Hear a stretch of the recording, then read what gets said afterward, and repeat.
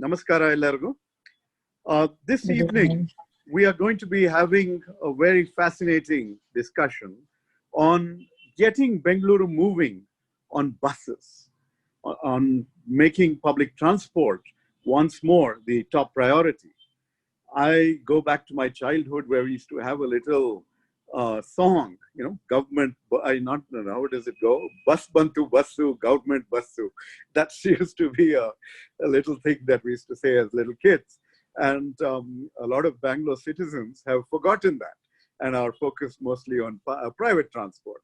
And we're trying to see how our city's, mobility challenges can be addressed if we pay attention to buses once again. And we're having this discussion in the context of, coming out of the COVID lockdown. And during the COVID lockdown, one of the few services that was available to enable our, essential workers and others to get around, to be able to get to work and to do their crucial jobs was the work of BMTC, which stepped up and ensured that crucial mobility service was still available. So today, we're going to be discussing numerous dimensions of buses and, and how we can actually make Bangalore move much more quickly and efficiently using public transport. To join us today in what is actually the fourth of a 5-part series of seminars and webinars, which we call the Bengaluru Mobility Summit, I have 4 excellent panelists. And before I get to them, let me introduce myself as well. I'm Rajiv Gowda. I'm one of the co-sponsors of this event under the banner of the Bengaluru Needs You initiative, which is a part of the Resurgent India Trust's initiatives. I used to be a member of the Rajya Sabha until last month. And I've been engaged, an old resident of Bengaluru from birth, and would love to contribute to improving the situation in every dimension. I do, of course, occasionally take the bus to the airport. So it's otherwise, mostly metro or private transport. So that's part of the challenge. And today we have, we're very, very happy and lucky to have as our co-partners in this initiative, the Bengaluru Political Action Committee. And the Bengaluru Political Action Committee is represented today by our moderator for the session, and that is Revati Ashok. Revati Ashok is the honorary managing trustee and has come to the world of Bengaluru and public policy and citizen engagement after decades of work in the private sector in very senior positions. And BPAC needs to be complemented for one of its most interesting initiatives, which is the Bangalore, it's called the B-CLIP, which is a leadership training program for civic leaders, people who would go on to make a difference to the city, just like everybody else who are here today. Now, basically, Revati will be taking over the moment I stop talking. And the other participants, we're very happy to have with us Shikha, our IAS officer, who is the managing director of BMTC, the Bangalore Metropolitan Transport Corporation. And that is the entity that runs our buses, and which over the years has done some amazing, come up with some amazing innovations. For example, the Volvo buses, which ensure that, many people who would not want to be in a regular bus still have an option to take public transport. And so that's an alternative that we have managed to add to the fleet. Then, of course, in the last few years, BMTC has had introduced a hub and spoke system on the main arterials, and something that she is going to tell us more about, which is the experience with the bus lanes and what are possible going forward. Anyway, so welcome Shikha, welcome Revati. And joining them, we have 2 other panelists. We have Sonal Kulkarni. Sonal is the Sonal is right now a consultant with the Directorate of Urban Land Transport and is working with them on innovations regarding utilization of data, etc. And also is a co-founder of an organization called Urban Morph, so which is also in the domain of improving urban transportation alternatives. And our fourth and final panelist is Shaheen Shisa, who is Shasa, who is part of a co-founder of the Bengaluru Bus Prayanikara Vedike, which is a platform which brings bus users together and brings their concerns to the table. And she is very much at the forefront of the right to mobility initiatives that are very central to how we should be approaching transportation alternatives and integrating them and making sure that users have the kind of services that they would need to have. Anyway, that's as far as my role is concerned. I will come back at the very end. But Revati Ashok, our Honorary Managing Trustee of BPAC, I request you to kindly take over the session and moderate in the course of the next hour and plus. At the end of this session, there will be Q&A, and so everyone will, I request everyone, and Revati will also repeat this on and off, to please put in their questions in the chat box, and they'll be either asked as individual questions or multiple questions which are on the same theme will be collated and shared as well. Over to you, Revati. Thank you so much. Thank you, Rajiv. It's a pleasure to be with all of you. And thank you, Shika, for taking your time off on very busy, when you have so many busy things to do. It's a pleasure to have you with us. Let me take the next 10 minutes to just take everybody through some thoughts on public transport and why we have all gathered today to have this very important discussion on public transport.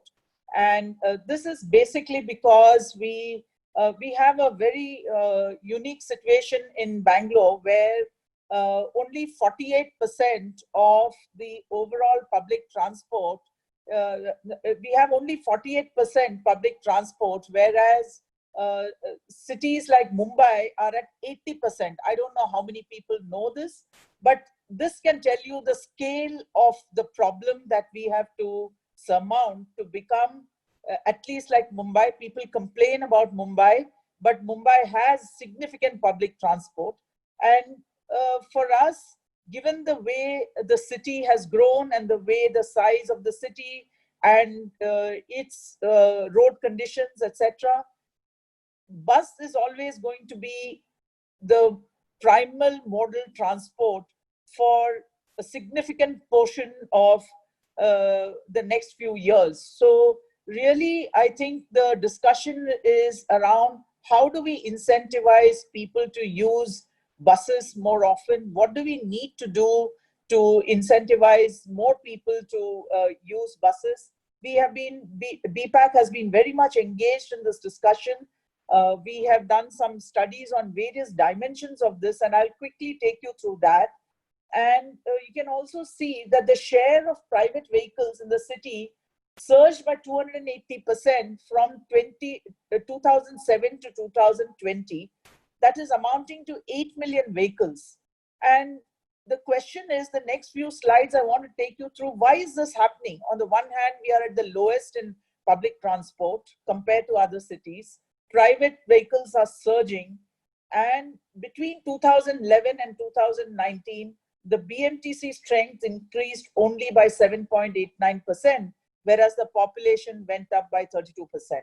So really, our goal today is to really look at how we can have 80% ridership on public transport in Bengaluru by 2030, of which bus will be a very, very significant portion.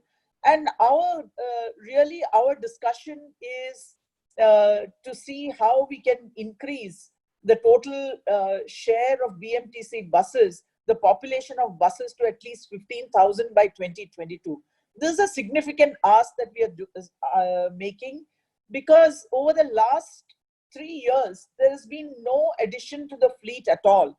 So that is where we are hoping that the government will make a larger investment, and the subsequent discussions after this will really revolve around some of the things that we need to do to increase that 48%. Can you move to the next slide, please?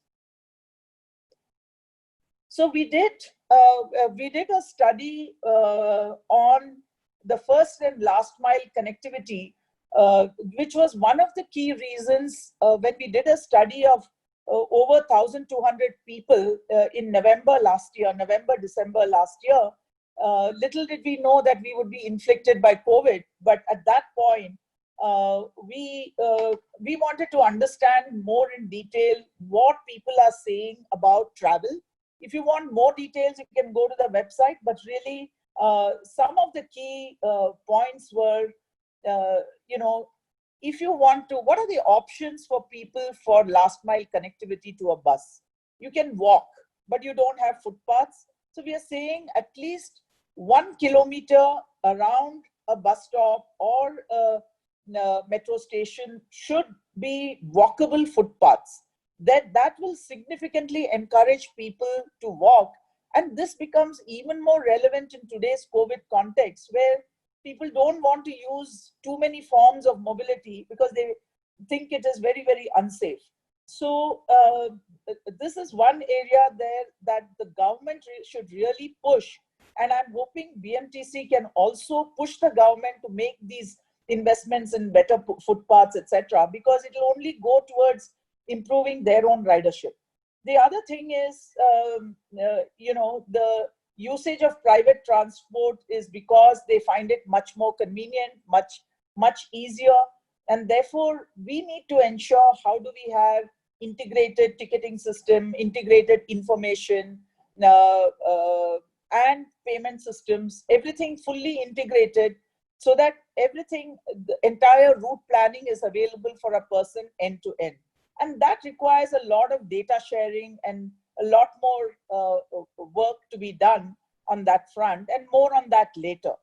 So can you move to the next slide, please? Yeah.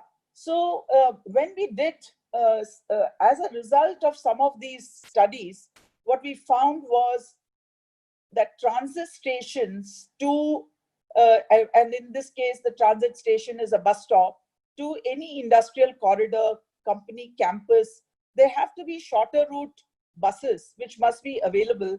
And if BMTC is not finding it economical, then there is they should work on shuttle services to interior localities, residential localities, or to shopping malls, or to industrial corridors, any of these large places, large hospitals, educational institutions, etc.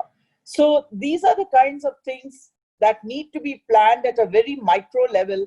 And we were hoping at this point that we could do a small pilot when COVID struck. And therefore, obviously the priorities have been a little different right now. But the larger issues in the medium term still remain. And this is a good time to really look at some of these issues of data sharing, information, route planning, ticketing, etc., while things are a little slack on this front. Next slide, please. So the other issue that really concerned us was after COVID, we never expected a pandemic like this to happen and really disturb the entire setup. From a situation that we were 48% public transport, really the fear, it's not just for Bangalore alone. All over the world, it is the same. There is a total fear. There is a total fear of using public transport, and this is universally true world over. And therefore, we did a study in the month of May to understand the perceptions of people and how do they view public transport in the time of COVID. So what they really said, what we heard from people was that 29% of the respondents felt that a number of them felt that in the next 3 months, they found it very, very unsafe to think of using public transport. Obviously, these were people who could afford to have other means of transport. And therefore, that brings us to the other question of livelihoods and how do we look at, for some people, it's an option. Traveling by bus is an option. You want to use a sustainable option. But for some others, it's a matter of livelihood. And they cannot get to their place of work. And therefore, it's a very, very big issue and a big concern. So people are encouraged to look at various alternative means. So therefore, the conclusion there is that you need to have many, many things that we need to do to make public transport safer. And we had a set of recommendations to make on making public transport safe.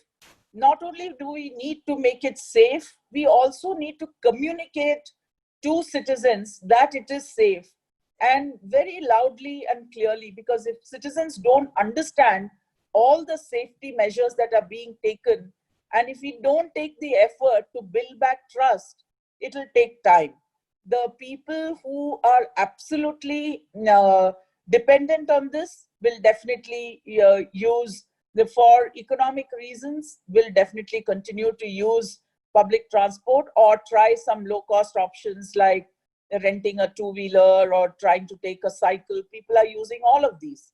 So I think we really need to ensure that communication is very strong, and we will now, during the discussion, we'll get to understand the steps that BMTC has taken, because in spite of all of this, they have seen buses, though the frequency is lower, they have been seeing buses which are running full, and we can hear more about the experiences and all the safety measures that they have taken.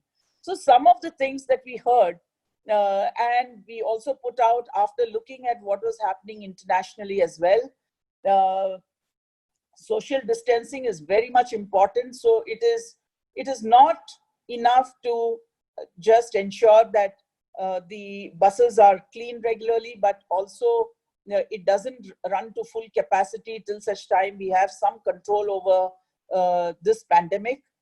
Today, we are in a very unsafe zone. So ensuring that there is appropriate social distancing, safety for board crew, the people, the crew, the driver, the conductor, all of them, and physical distancing made mandatory, masks to be mandatory, boarding on one side at the back and then coming to the front,